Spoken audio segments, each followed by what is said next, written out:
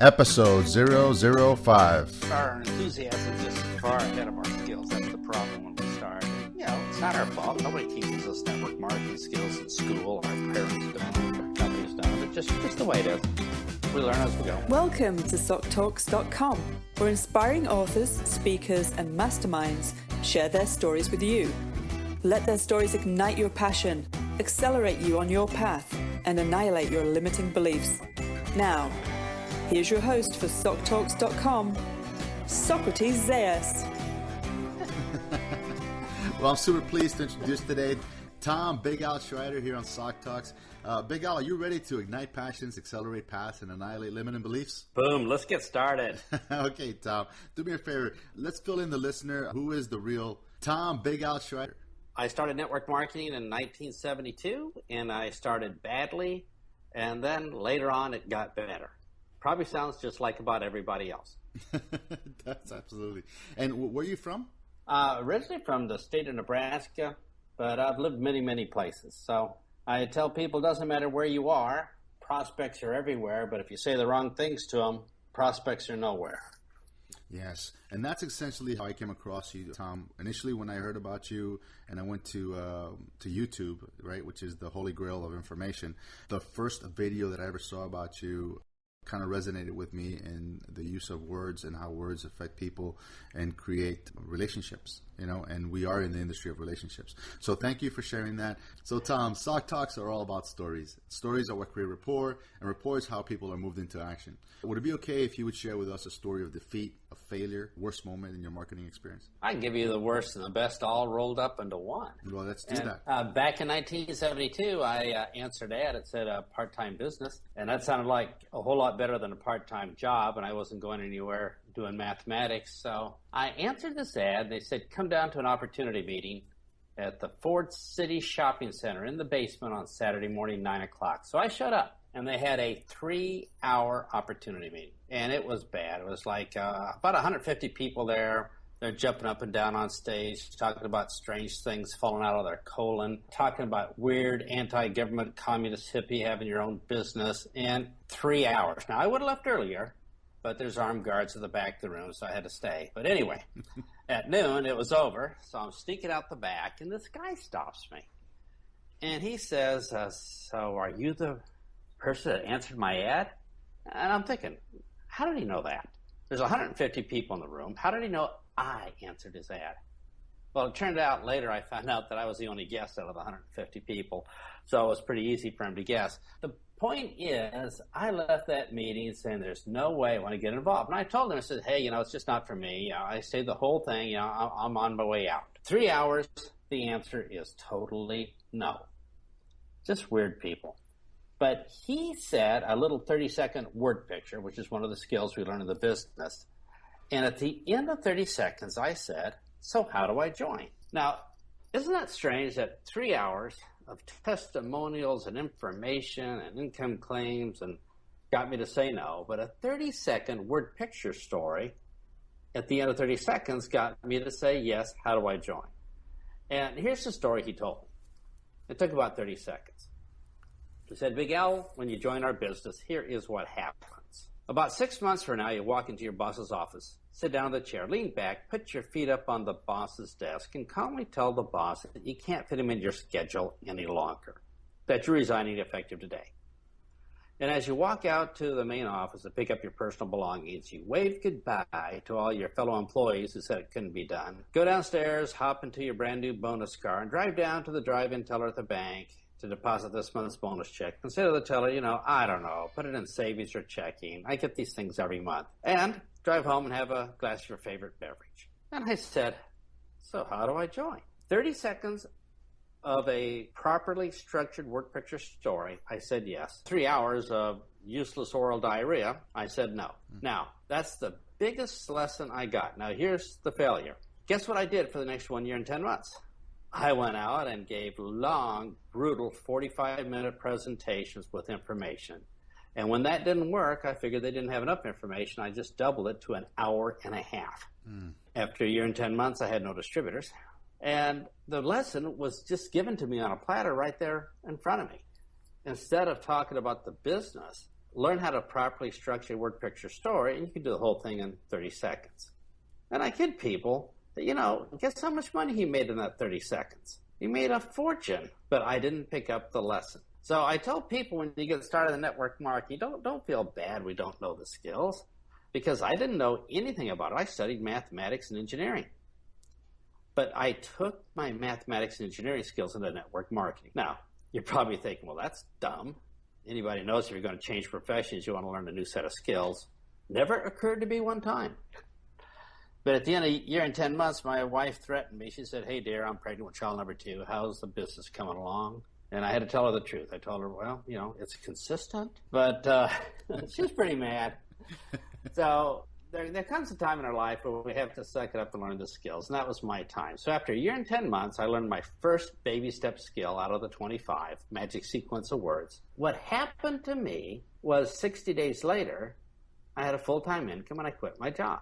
And I asked people just to consider this. Year and 10 months, total failure, no distributors, no customers. 60 days later, by learning my first little skill, I had a full-time income and quit my job. I mean, if that happened to you, you'd probably have the same feeling I did, which was I got hooked on the skills like crack cocaine. I thought, this is the coolest thing. I learned one skill, got a full-time income. What's going to happen when I learn the other 24? So that's pretty much been my career.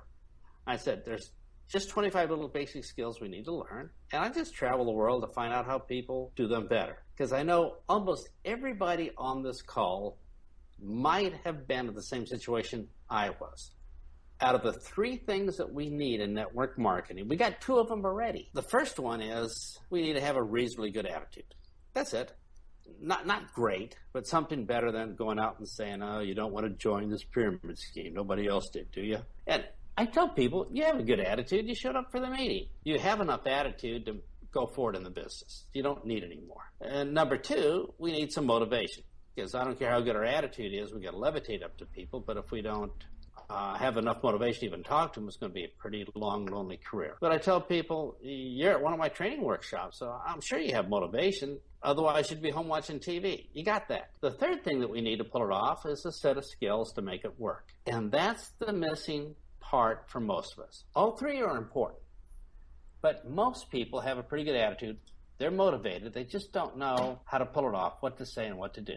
The same as I did. So they have a choice, which is to continue having a great attitude and being motivated and saying stupid stuff like I did and watching people run away, or maybe learn to say better stuff so more people hang around and say, hey, this is a pretty good idea.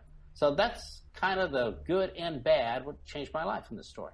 Wow, I'm speechless. And basically, that's what got me hooked on the 25 lessons that you teach us. I mean, that is an amazing thing. Now, I'm curious, how do they learn about the 25 steps? They're not hard.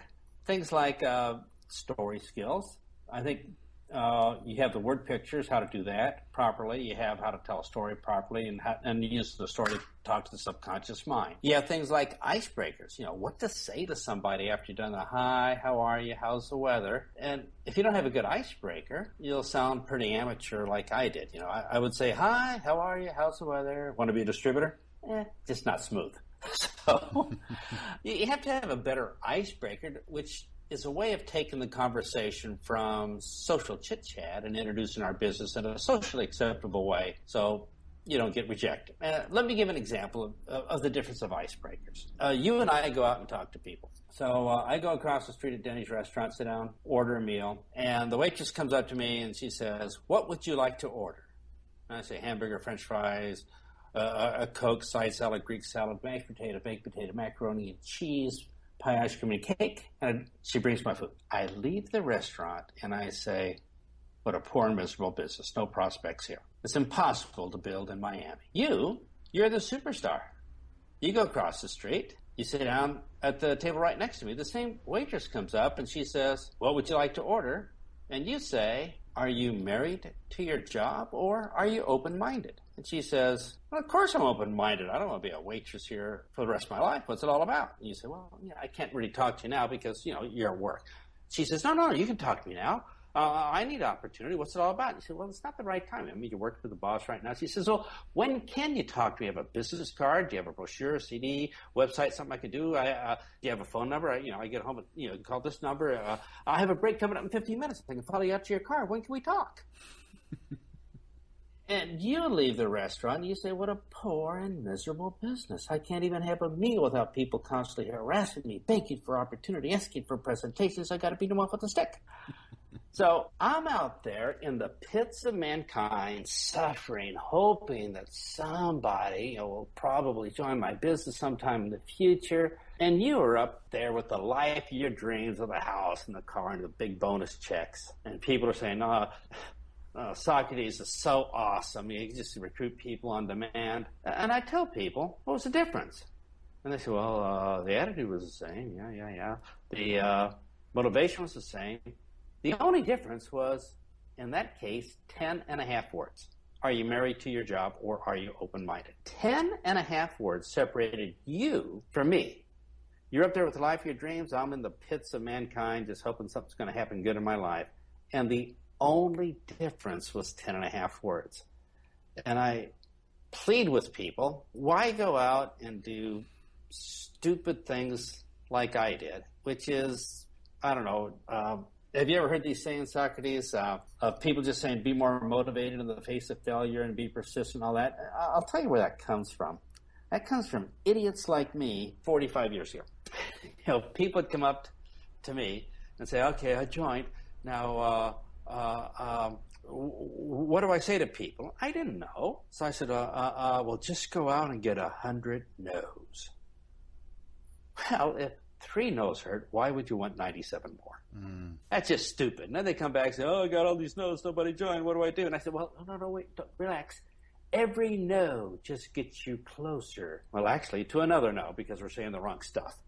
Oh, man. And then they'd come back and say, I tried so hard, everybody's rejecting me. And I say, well, you can't say the wrong thing to the right person. Oh, trust me, you can. You can say the wrong thing to the right person. I killed a lot of people right away saying the wrong things. And then they'd come back and say, that didn't work. And I said, well, you can't say the right thing to the wrong person. Well, that's just stupid, too, because how do people change? Somebody has to say something good or else they're doomed for the rest of their life. So if anybody here on the call has ever heard those stupid sayings, they came from idiots like me who didn't know what to say, so we just made stuff up because we were stupid.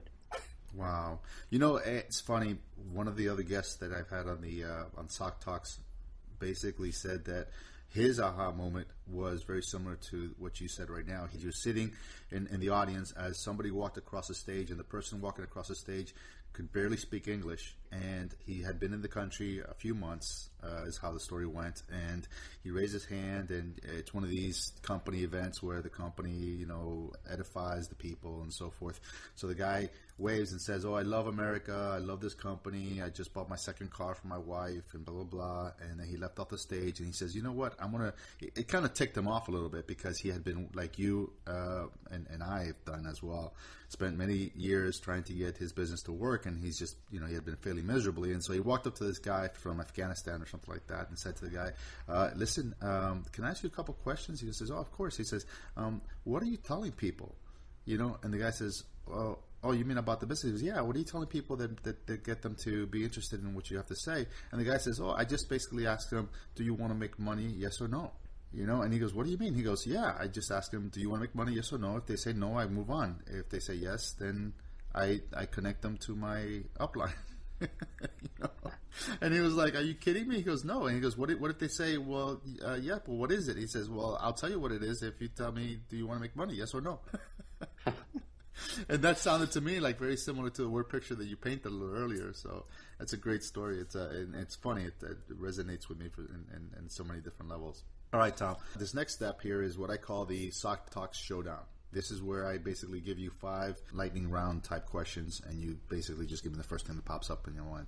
Are you ready for that? Wow, first thing that pops up on mine, that might take a while, but let's go for it. What's the best advice you've ever received, Tom? Let's say the right thing. How about 2 books that you would recommend to the listener? Well, other than my awesome books. Which are? No, seriously, I love your books. Go ahead and pitch them right now. What is it?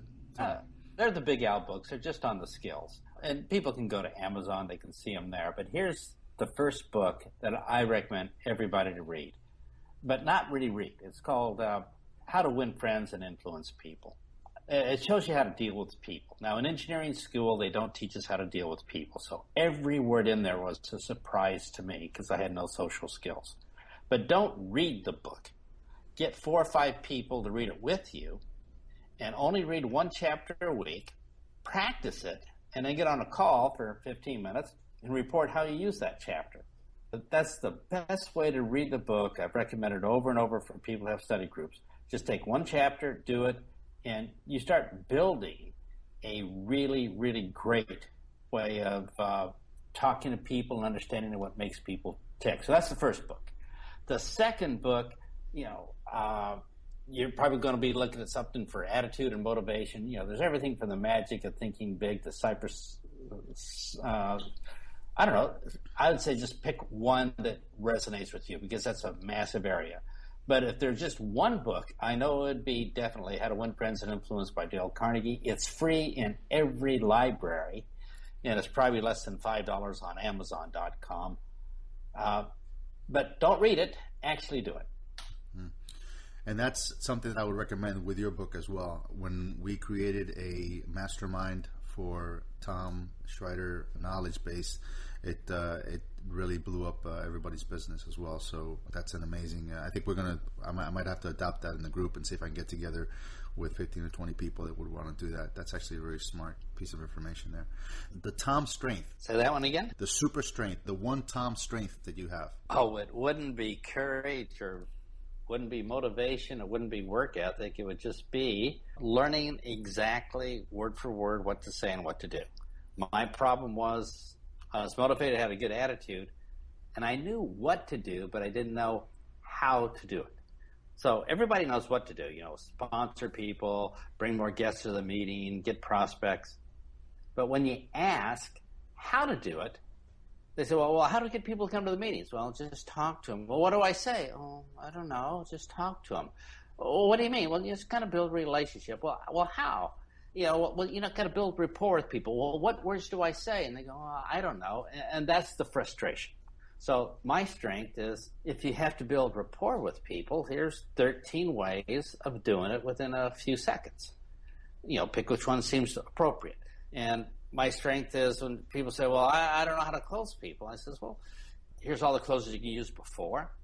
Here's all the closes you can use in the middle, all the closes you can use at the end.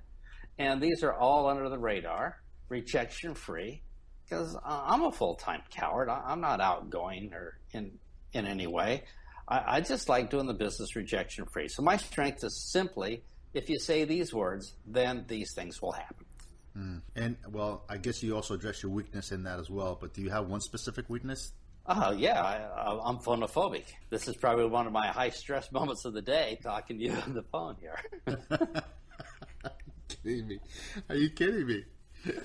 I do all my presentation over the years. I learned there's 6 levels of communication. I did everything at level 6, which is meeting somebody over food. And when you learn the skills of the presentation skills, you can do your whole thing in less than 2 minutes without even a pencil or paper, a flip chart or video. So you sit down, meet somebody over food. You're instantly bonded. Nobody gets mad at you over food.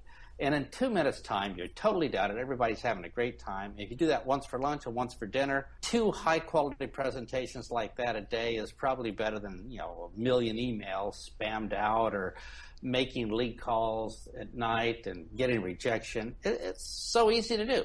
So learn what to say, so when you meet somebody, it's over in 2 minutes, and then you can relax and have a good time. Golden. That's not golden. That's platinum. All right. This is the fun question of the day. You may find it fun. You may find it interesting. But, okay. You wake up in an alternate universe. Everything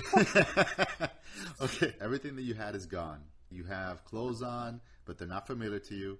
You look at your wallet. You do have $500. You have a smartphone. It's a modern one, kind of like a mini laptop. You have no names in it, though. You have no recent calls on it. What do?